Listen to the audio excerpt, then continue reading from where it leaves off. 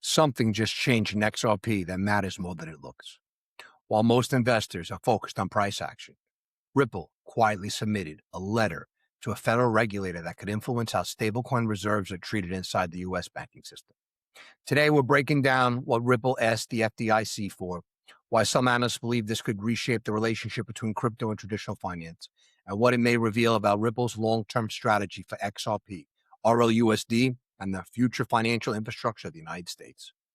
The document was submitted on June 9th, 2026. It wasn't a press release, it wasn't a social media announcement, and it wasn't something most crypto investors were even watching. It was a formal letter sent to the FDIC. At first glance, that may sound insignificant, but when you look at what Ripple was actually discussing, the implications become much larger. Because this wasn't really about XRP's price. It wasn't even primarily about stablecoins. It was about something deeper. Deposit insurance, bank reserves, systematic risk, and the rules that could determine how digital assets interact with the banking system for years to come. Now, this is what most people miss. Markets tend to focus on headlines. Institutions focus on infrastructure. And infrastructure is where the biggest long-term shifts usually begin. Inside this letter, Ripple appears to challenge how regulators are thinking about stablecoin reserve deposits, while pointing to a section of the Genius Act that could become increasingly important as the regulatory framework evolves. The question is simple. Did Ripple just reveal its next major strategic move? Let's start with what was actually found in that letter. Ladies and gentlemen, if you want the satellite perspective on XRP and crypto and want to cut through the daily chaos and noise, subscribe to the channel. I break it down simply so you can see what actually matters in the market. To understand Ripple's letter, we first need to understand the Genius Act. The legislation is designed to establish clear rules around payment, stablecoins, and their operation within the United States. Supporters argue it creates much needed regulatory certainty. Critics worry it changes the competitive landscape for banks. But here's where it gets interesting. According to commentary circulating within financial and crypto circles, the Act draws a distinction between stablecoins themselves and traditional bank deposits. That distinction may seem small, but legally it could be enormous. FDIC-related discussions have centered on the fact that stablecoins are not traditional deposits. However, stablecoins are typically backed by reserve assets. Those reserves often sit inside regulated financial institutions, and that's where Ripple appears to see opportunity. The debate is no longer simply about digital tokens. It's about the reserves behind those tokens. It's about how those reserves are treated. Let that sink in, ladies and gentlemen. Ultimately, it's about who controls the rails connecting traditional finance and digital finance. Short-term noise, long-term structure. That's the lens investors should be using here. See, the prediction that became reality. See, before the letter surfaced publicly, some analysts had already predicted Ripple would engage with regulators. One prediction suggested Ripple's legal and regulatory team would likely submit formal comments before the deadline. The reasoning was straightforward. If stablecoins are going to become part of mainstream finance, major issuers must influence the rules governing them. And then it happened. The June 9th submission appeared. The prediction was validated. Ripple had officially entered the discussion. Not through press releases, not through social media, but through regulatory engagement. This is an important distinction, because mature financial institutions don't simply react to regulations. They help shape them. And that appears to be exactly what Ripple is attempting to do. Not from looking outside, but from inside the conversation. What Ripple actually asked for, ladies and gentlemen. The heart of the letter revolves around one central argument. Ripple believes stablecoins related reserve deposits should not automatically be excluded from pass-through deposit insurance considerations. The company's position focuses heavily on equal treatment. According to the letter, tokenized deposits should receive treatment comparable to traditional deposits under existing banking frameworks. In simple terms, Ripple is arguing that if a deposit is fundamentally functioning as a deposit, the fact that it exists on-chain should not automatically disqualify it from protections available in traditional finance. Let that sink in. That's a significant position, ladies and gentlemen, because it moves the conversation away from technology and toward economic function. See, the question becomes, what does the asset actually do now? Not merely where it exists. But the real shift came when Ripple highlighted what the Genius Act does, not explicitly says. And sometimes in regulation, what's missing matters just as much as what's included. See, the silence inside the legislation is important. Ripple's argument reportedly focuses on information that's important and observations. The legislation explicitly discusses payment stablecoins, yet it does not clearly prohibit insurance treatment for reserve deposits held within banks. That's a subtle distinction, but potentially a powerful one. Ripple appears to interpret this silence as intentional, not accidental, not oversight, intentional. If regulators ultimately agree with that interpretation, it could create a pathway for reserve-related protections that many market participants haven't fully considered. Now, it's important to separate possibility from certainty. Nothing here guarantees future regulatory outcomes. No final decision has been made. No outcome is predetermined. But investors are watching because regulatory language often shapes billion-dollar markets. And every word matters. Every omission matters. Every interpretation matters. That's why this discussion extends far beyond XRP. It touches the future of stablecoin adoption itself. Think about the creation of the FDIC insurance. See, to understand why this matters, let's zoom out. Back in 1933, during the depths of the Great Depression, the United States created the FDIC. The reason was simple. Confidence had collapsed. Bank runs were spreading. People no longer trusted financial institutions to protect their savings. The creation of deposit insurance wasn't merely a banking reform. It was a confidence reform. It changed behavior because it changed expectations. Depositors became more comfortable participating in that financial system. Financial stability improved. Today, the conversion and conversation around stablecoin reserves touches a similar principle. Not the same event, not the same crisis, but the same fundamental issue: trust. Financial systems scale when people trust them, and trust often depends on rules, protections, and transparencies. And that's why discussions surrounding reserve treatment are attracting so much attention. Now let's talk about RLUSD. RLUSD sits at the center of this discussion. Many observers believe Ripple is attempting to build an integrated ecosystem. An ecosystem where payments, liquidity, stablecoin, settlement all work together. If that vision develops successfully, RLUSD could potentially serve as an important bridge between traditional finance and blockchain-based infrastructure. Notice something important? This isn't just an XRP story anymore. It's becoming an ecosystem story, a regulatory story, an institutional story. And institutions think differently than retail investors. They care about compliance, risk management, capital efficiency, and operational certainty. Those are the conversations taking place behind closed doors. And those conversations often determine where capital flows next. See why Ripple's advisors matter. One reason its development has generated so much discussion is the caliber of people associated with Ripple. Among those connected to Ripple are individuals with extensive experience in banking regulation, systematic risk management, and central banking. Former FDIC leadership, former central bank officials, financial stability experts. These are not random advisors, ladies and gentlemen. These are people who have spent decades studying how financial systems function during periods of stress. Now, this is what most people miss. When organizations recruit experts like this, they aren't merely preparing for market cycles. They're preparing for regulatory integration. They're preparing for interaction with institutions. And they're preparing for long-term participation in the financial system. That doesn't guarantee success, but it does reveal strategic intent. And intent matters, especially when we're discussing infrastructure. Think about the evolution of global trade routes.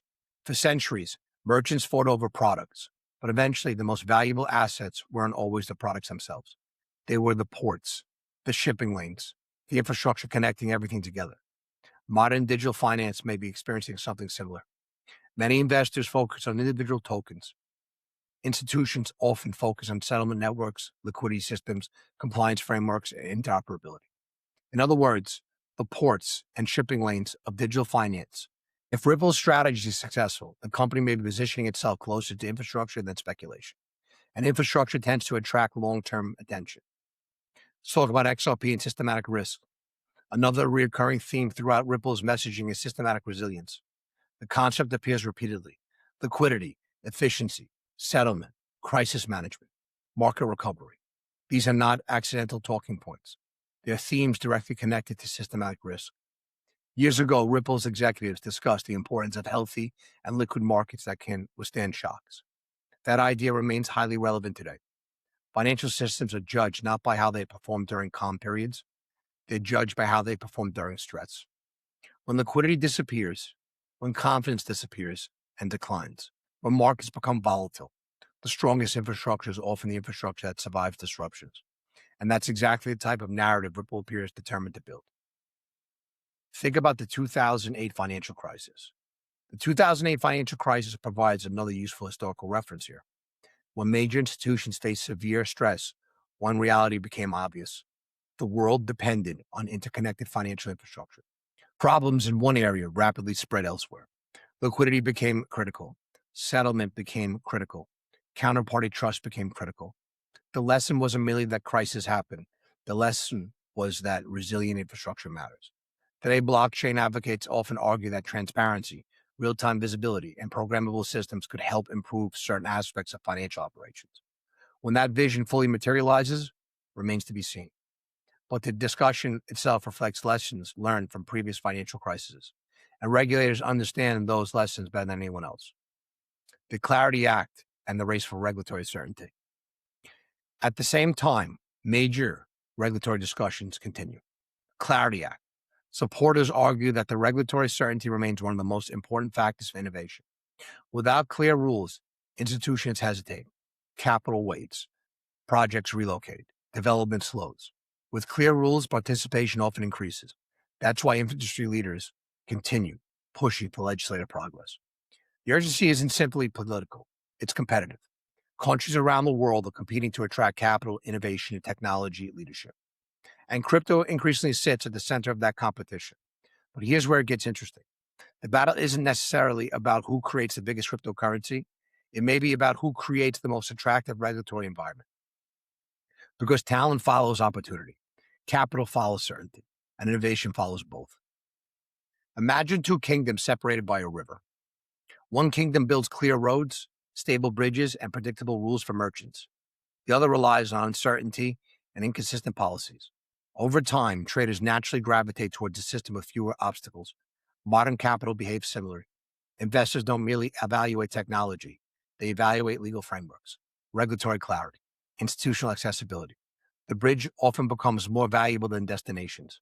And that's why legislation remains such an important piece of the crypto story. Ripple's new public moment. See, another intriguing development involves Ripple's growing public visibility. Partnerships, events, institutional appearances, high-profile collaborations. Some observers view this as evidence that Ripple believes the regulatory environment is becoming more favorable. Years ago, much of the crypto industry operated defensively. Today, many firms appear increasingly willing to engage publicly again. That doesn't mean all regulatory uncertainty has disappeared. Far from it, but it does suggest confidence may be improving, and confidence often influences strategic decisions. Whether through partnerships, conferences, or ecosystem expansions, the message appears clear. Ripple's not acting like a company preparing to disappear.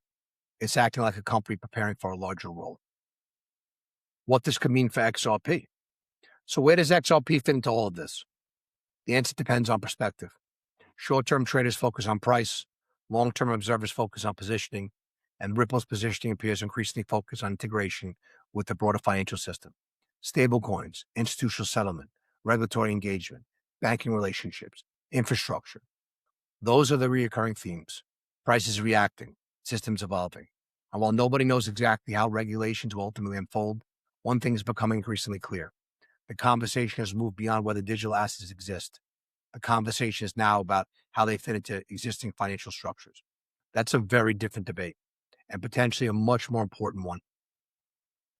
The discovery of Ripple's June 9th FDIC letter may ultimately prove to be routine regulatory environment and engagement, or it may become an important milestone in the evolution of stablecoins and digital finance.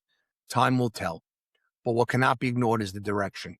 Ripple is engaging regulators, participating in policy discussions, building institutional relationships, and positioning itself within conversations that extend far beyond cryptocurrency markets. So whether you're bullish, bearish, or somewhere in between, these are developments worth watching, because while headlines come and go, infrastructure decisions can shape markets for decades. Short-term noise, long-term structure. I always tell you, ladies and gentlemen, you got to pay attention to what's quiet. If you've enjoyed this breakdown, hit the like button, subscribe to the channel, and share this video with someone who wants to understand where crypto, banking, regulation may be heading next. And always, thank you for watching. Happy Monday, ladies and gentlemen. Hope everyone's having a great day. A lot of news to go over real fast. I want to welcome all the new members of the Patreon, the Crypto Public Desk Monthly, all the new members of the membership channel. So it seems the news is going to go back and forth. I always tell everyone here to pay attention to what's quiet, because when you start paying attention to that, you get first mover advantage. None of this is financial advice. It's just my own opinion. That's very, very important. And as always, ladies and gentlemen, remember, if you're looking to learn how to trade, if you're looking to learn how to invest, come and join the Crypto Public Desk Monthly. One solid tip from the pits can pay for your entire year subscription. So if you're looking for the deeper macro research and learn how to take advantage of all this, come and join over 600 active traders and investors who have made the decision to want to learn how to do this. Because the market's telling you something most investors are completely missing, ladies and gentlemen. In my opinion, everyone's watching the headlines. I always tell you this death by 1,000 headlines and tweets and paper cuts, because the market, when it gives you a headline that you don't like, is like a paper cut. It hurts. See, everyone's debating the same narrative now. Everyone's reacting to the same breaking news, blah, blah, blah, blah, blah. And that's why a lot of people are getting cut up like sushi. And that's exactly why most people are totally going to miss what's actually going to happen. Because the biggest opportunities in markets, they don't appear in headlines. They're quiet in boring rooms, like watching paint dry. See, you have to look at the data first. And the data is saying something that should make every serious investor stop what they're doing and pay attention. See, while social media is arguing over oil, geopolitics, central banks, inflation, elections, and whatever dramatic story is trending today, because we're in this Harry Houdini freak show of everything, professional money is positioning for something completely different, ladies and gentlemen. And this is the truth. I say this over and over again. I want to talk about this today. Because look, the disconnect is becoming impossible to ignore. Over the last few weeks, we've been tracking multiple institutional positioning indicators. Not opinions, not narratives, actual positioning, and actual money movement, and actual capital allocation. See, this is what I spend all my time looking at and watching. I write all this down, and it is like doing the crossword puzzle from the New York Times. That's my favorite crossword puzzle. I do it every day, every week. See, hedge funds have been net sellers globally in 5 of the last 6 trading sessions. I want you to write that down, okay? They're selling, but here's where it gets really interesting. Gross exposure continues to increase. What that means in English is they're not leaving the market, ladies and gentlemen. No, they're rotating inside the market. Why I always tell you, people got to make their weekly, monthly, quarterly nut. They got to make these numbers. They're very different things. See, most retail investors see selling and immediately think bearish. Wrong. Professionals ask a very different question. Why and what is being sold, and why and what is being purchased? This is where the edge lives, ladies and gentlemen. This is where the Gucci conviction, the Gucci clarity comes. This is where it comes. This is why we're the remora. Again, see, this is where the story gets interesting, spicy, and delicious. At least for me, I find this fascinating. See, if you look beneath the surface, you'll find that institutional capital is still aggressively chasing specific themes. Yes, artificial intelligence infrastructure. We go over this every day, over and over and over again, ladies and gentlemen. Memory, okay? Photonics, cybersecurity, physical AI, critical minerals, modern warfare technology, energy infrastructure. These aren't short-term trades, ladies and gentlemen, anymore. They're not. These are becoming structural capital flows. The market isn't rewarding companies because they sound exciting anymore. The market's rewarding companies that sit inside bottlenecks. You got to write this down and pay attention to this. I can't believe I give this away for free. Seriously. If you're taking notes from this and you just hit the transcribe from this, you're so far ahead of most people. It's crazy. Ladies and gentlemen, bottlenecks create pricing power, okay? Pricing power creates margins. Margins create earnings. Let this sink in. And earnings ultimately drive stock prices. It's simple. Yet somehow most investors still spend their time chasing narratives instead of understanding where capital is flowing. They look at, unfortunately, the wrong things. And it's not their fault. No one's ever taught them this. That's the big thing in this game. In this game, there's no room for mistakes. You don't get second chances. And the person with the largest trading account, biggest bankroll, doesn't always win here, ladies and gentlemen. Most of the time, they get cut up like sushi because they violate certain principles of the market, as far as I'm concerned. But here's another statistic I would like you to pay attention to if you're here. And if you're here and you haven't subscribed to the channel, please do share and like the videos. It helps the channel grow. But at this point in the videos, this is where we break down what's happening. And if you're brand new here, welcome. Yesterday on the video preceding this is normally where you'll see as the storyline continues. Because positioning indicators recently moved. There's roughly negative to 2 standard deviation to positive, 1 standard deviation just a matter of days. That's such a huge shift. It's massive. It's huge. So when positioning changes that rapidly, usually tells us that institutional investors, okay, they're adapting faster than the average participant. That's why people are getting chopped up like sushi and carried out in body bags here, ladies and gentlemen. They're responding to information before most people even recognize the trend exists. This is why following price alone is so dangerous. Price tells you what happened. Positioning tells you what's happening. There's a massive difference. And let's talk about leverage, because this is where things get even more interesting. Because current gross leverage accumulation has been running significantly above historical averages. Many leverage growth was roughly 22%.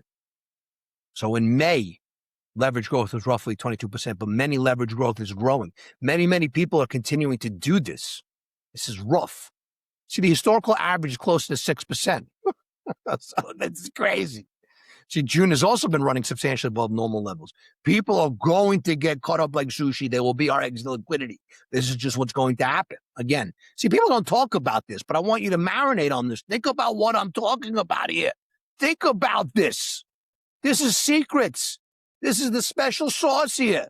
You ain't going to hear this on another video somewhere. If you found us and you're here still listening and writing this down, you're getting valuable, actionable tricks of the trade craft, what to pay attention to. See, professional investors are increasingly active at a pace that is dramatically higher than what we typically see. Now, that doesn't automatically mean markets are going higher. No, that's not the point I'm trying to make here. The point is participation remains elevated. Conviction remains elevated. Capital remains engaged. And that's a very different environment than the fear-driven collapse that many commentators keep predicting every week. Again, and it's also very different when people sit there and say, oh, coin season not going to begin because Bitcoin not going to go higher and people aren't going to take their money out of Bitcoin and go into here. Got nothing to do with it. We are with Columbus, ladies and gentlemen, proving the world is not flat and we have lost sight of land. Distinction perception matters right here, right now. If not, you become sushi in the market. Because at the same time, we're watching another critical development. Sector leadership is becoming increasingly concentrated. A lot of investors think diversification means owning more stocks. That's not how professional money thinks, ladies and gentlemen. That's not how we think. No. See, professional money thinks in terms of exposure to themes. I go over this every video. Pay attention to what's quiet. I repeat myself so you understand. You should write these things down and tape it to the wall in front of you. In our offices, this isn't everybody's desk. See, we think exposure to themes, exposure to factors, exposure to structural trends, because one of the great trends can outperform dozens of average investments. I repeat, I talk real fast. One great trend can outperform dozens of average investments. And right now, the themes receiving the strongest institutional attention continue to be connected to AI infrastructure, digital transformation, security, energy modernization, and industrial reshoring. Notice something? These are multi-year stories, ladies and gentlemen, not multi-week stories, okay? So here's where people make their biggest mistakes.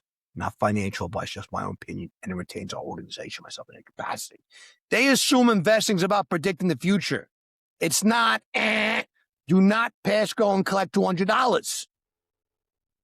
Investing is about identifying probabilities before consensus arrives. Pay attention to what's quiet. That's it. You don't need certainty. You need an information advantage. Knowledge is free. People waste their time playing on social media, looking at garbage.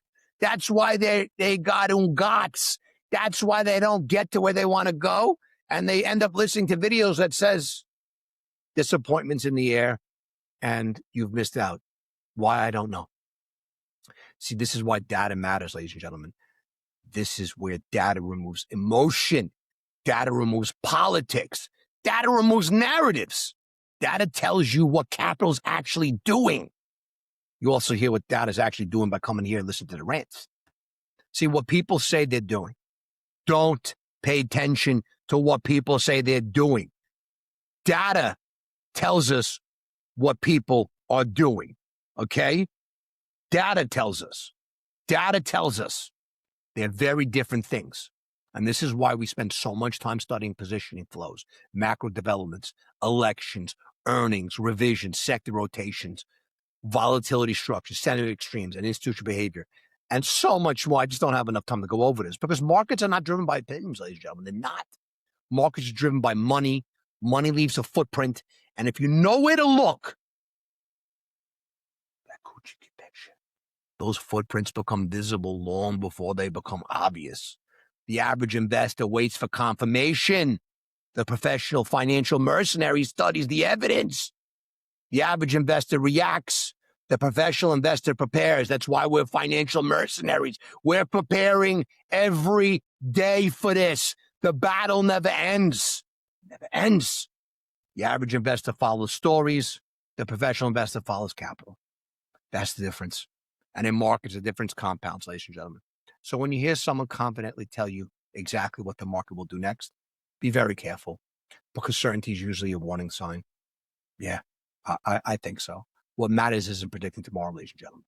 What matters is understanding the probabilities that exist today. And right now, the probabilities suggest that institutional capital remains highly engaged, highly selective, and heavily focused on a handful of powerful structural themes. That's what we're watching. That's what the data is saying.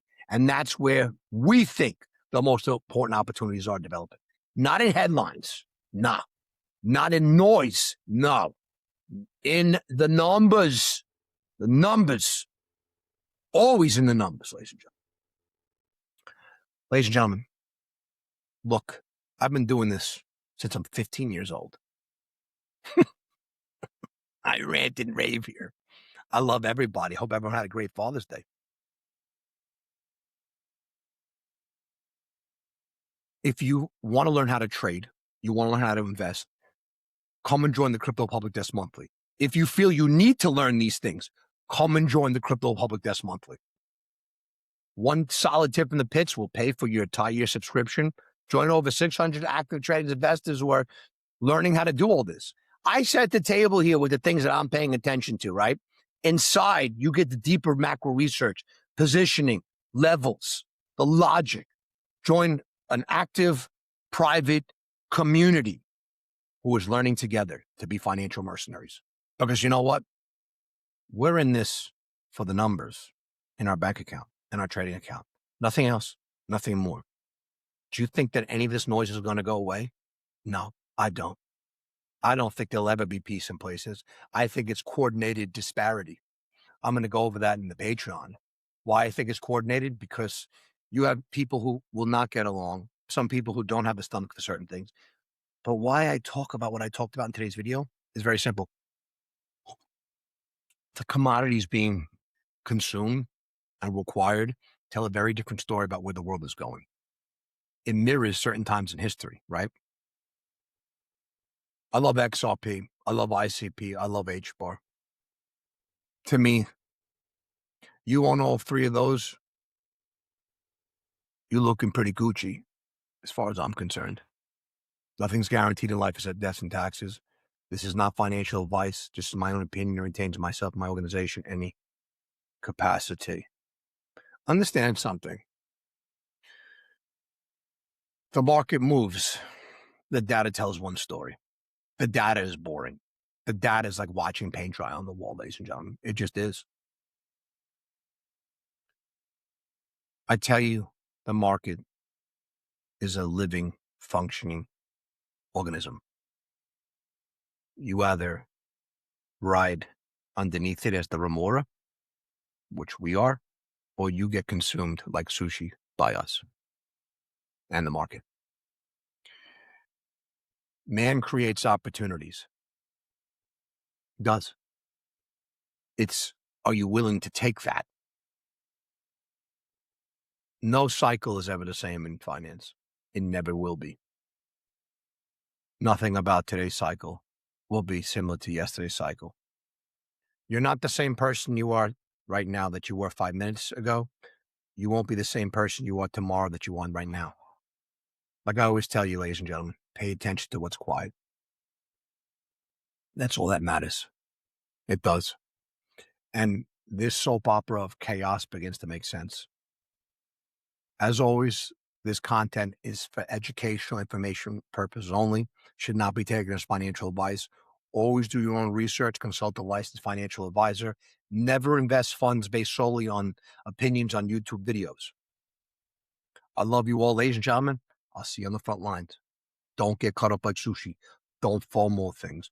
There's plans within plans. The data tells the story.